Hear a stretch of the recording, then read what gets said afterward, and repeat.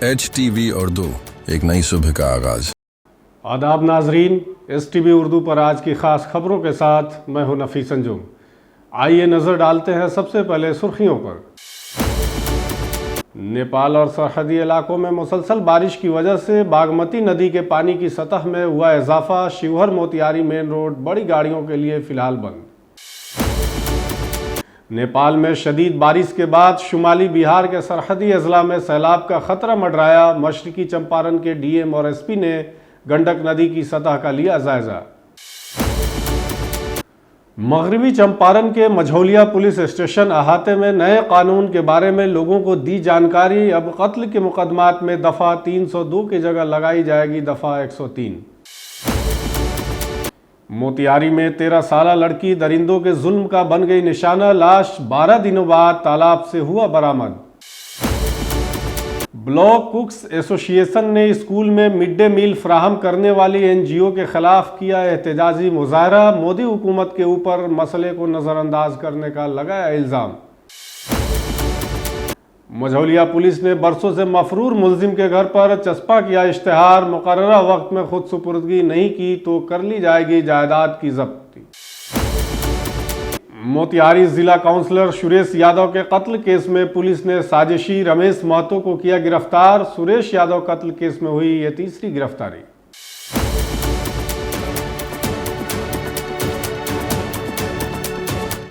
HTV Urdu, एक नई सुबह का आगाज। नेपाल और सरहदी इलाकों में मुसलसल बारिश की वजह से बागमती नदी के पानी की सतह एक बार फिर बढ़ने लगी है। इसके साथ ही नेपाल के आबी कैचमेंट एरिया में बारिश की वजह से बागमती नदी की आबी सतह एक बार फिर बढ़ रही है। शिवहर से हमारे नामा निगार आकिब रजा के मुताबिक बेलवा में बागमती नदी के पानी की सतह में इजाफा देखा गया। बागमती की पानी की सतह सुबह के वक्त मुस्तहकम थी, वहीं दोपहर में फिर से बढ़ने लगी। इधर शिवहर मोतिहारी ट्रैफिक बड़ी गाड़ियों के लिए बंद है। फिलहाल बंद है। बाइक सवार सिर्फ डैम की मदद से चंपारण के इलाके में आ जा कर रहे हैं। बड़ी गाड़ियां 10 किलोमीटर का फासला तय करने के बाद जिहुली से गुजर रही हैं। डैम से देवापुर तक डैम के दोनों जानिब बारिशों की कटाई और सैलाब से निपटने का काम शुरू कर दिया गया है, जिसकी वजह से डैम पर कीचड़ जमा होने से बड़ी गाड़ियों का आवाजाही अभी बंद है। और बेलवा की तस्वीरें आप देख लीजिए। इस समय बागमती नदी के जलस्तर में तेजी से वृद्धि जारी है और तस्वीर के माध्यम से हम आपको दिखा पा रहे हैं। लगातार 2-3 दिनों के बारिश के वजह से एक बार फिर बागमती नदी के जलस्तर में तेजी से वृद्धि देखी जा रही है। और अभी भी इस समय हम लोग बेलवा में मौजूद है और अभी भी बारिश हो रही है।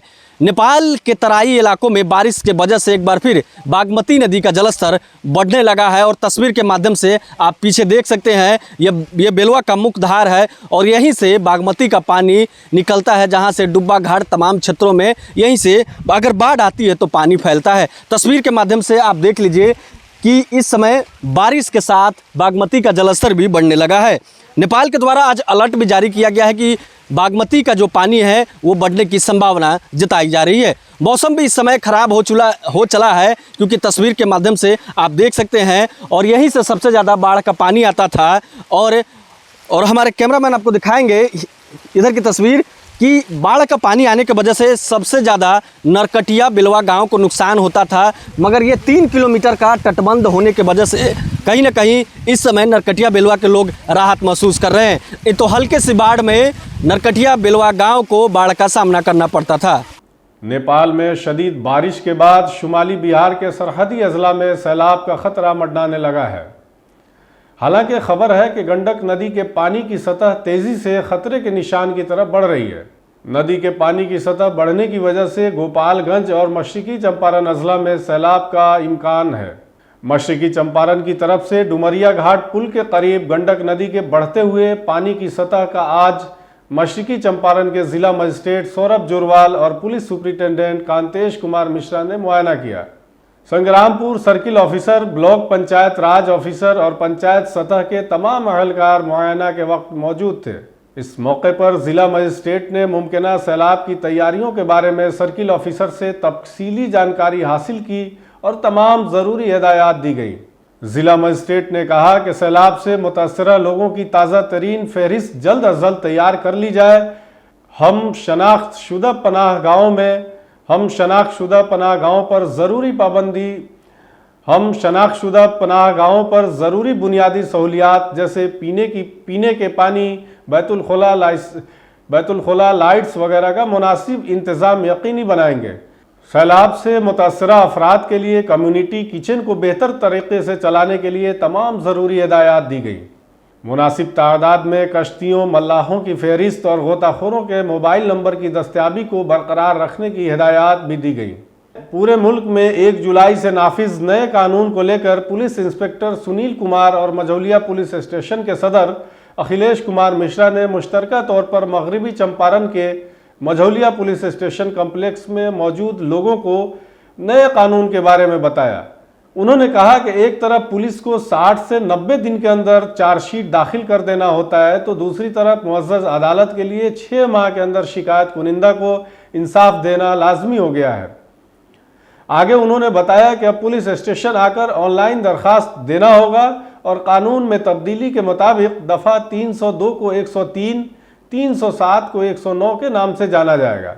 दफ़ा 376 को 64, 107 को 124 और दफ़ा 144 को 173, 163 के नाम से जाना जाएगा। इसके अलावा दफ़ा 379 को 303, दफ़ा 376 को 64, दफ़ा 107 को 126 और दफ़ा 144 को 163 के नाम से जाना जाएगा। काबिल ज़िक्र है कि साल 2023 में बनाया गया तब्दीली कानून 1 जुलाई 2024 से नाफिज कर दिया गया, जिसमें मुअज़्ज़ज़ अदालत, पुलिस और अवामी नुमाइंदों का किरदार बहुत अहम हो गया। मोतिहारी से एक इंतहाई शर्मनाक वाक़या सामने आया है। खबर के मुताबिक मुफस्सिल थाना इलाके में भूजा दुकानदार की बेटी के साथ दरिंदों ने दरिंदगी का नंगा नाच किया। इस खबर के मुताबिक मुफस्सिल थाना इलाके के भूजा दुकानदार जयलाल शाह की 13 साला बेटी प्रियंका कुमारी की लाश 12 दिन बाद एक तालाब में जलकुंभी से ढकी हुई मिली। इस सिलसिले में 19 जून को जयलाल शाह ने नगर थाने में अपनी बेटी प्रियंका कुमारी की गुमशुदगी और अगवा का मुकदमा दर्ज कराया था। घर वालों का इल्ज़ाम है पुलिस ने पैसे लेने के बावजूद उनका ताउन नहीं किया और बिलाखिर उनकी बेटी की लाश अब बरामद हुई है। इसी घर के एक अफराद ने थाना मुफस्सिल के नौशाद आलम को मुल्जिम नामजद करते हुए कहा कि नौशाद आलम नामी नौजवान ने अपने दोस्तों के साथ मिलकर उनकी बेटी को लालच देकर टेम्पू में बैठाया और वीरान जगह पर ले जाकर इज्तिमाई ज़्यादती की और फिर उसे तालाब में फेंक दिया। मशरिकी चंपारण के एसपी कांतेश कुमार मिश्रा को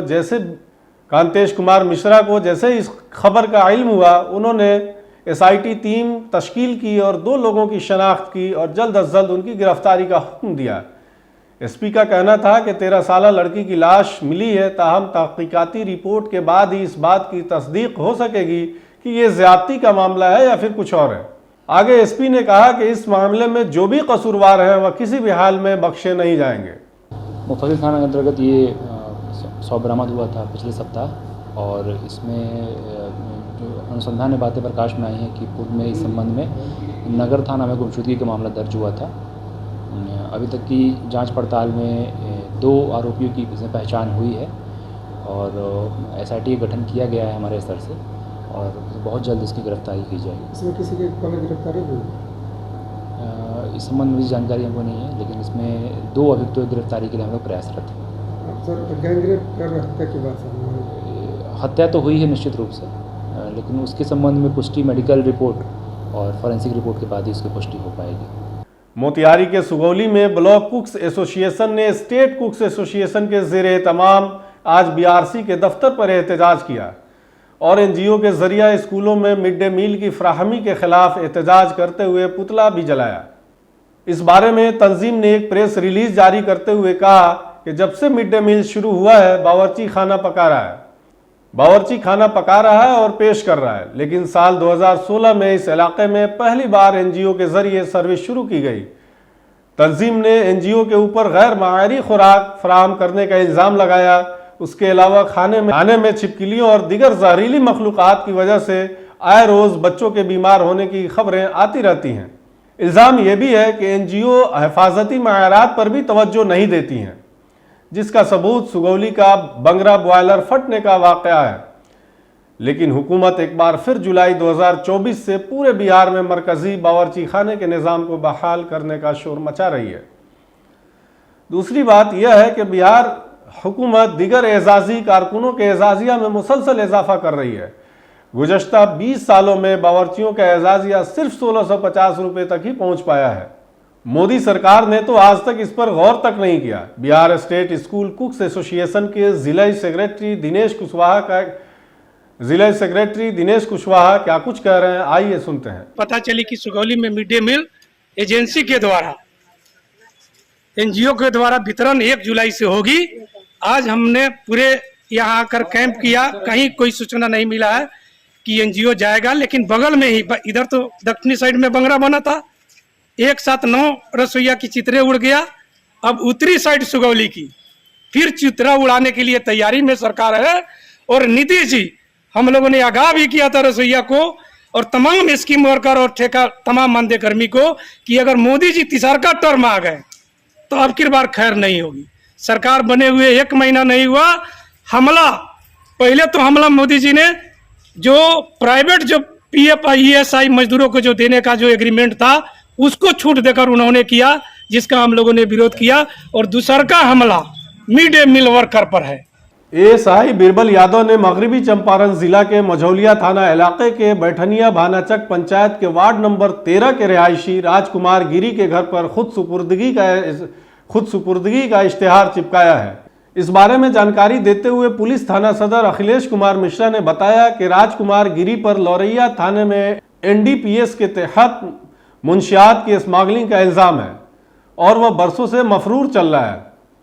अब अदालत के हुक्म के मुताबिक मुल्जिम के घर पर इश्तेहार चस्पा कर दिया गया है। अगर मुल्जिम मुकर्ररा मुद्दत में अदालत में सरेंडर नहीं करता है तो उसके घर को जब्त कर लिया जाएगा।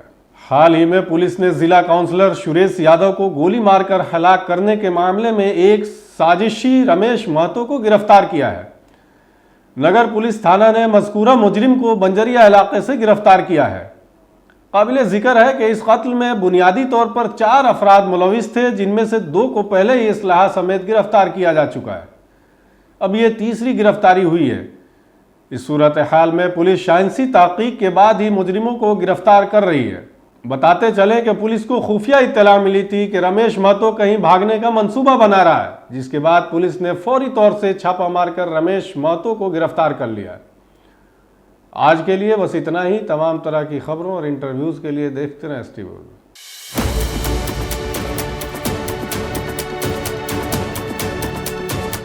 HTV उर्दू, एक नई सुबह का आगाज।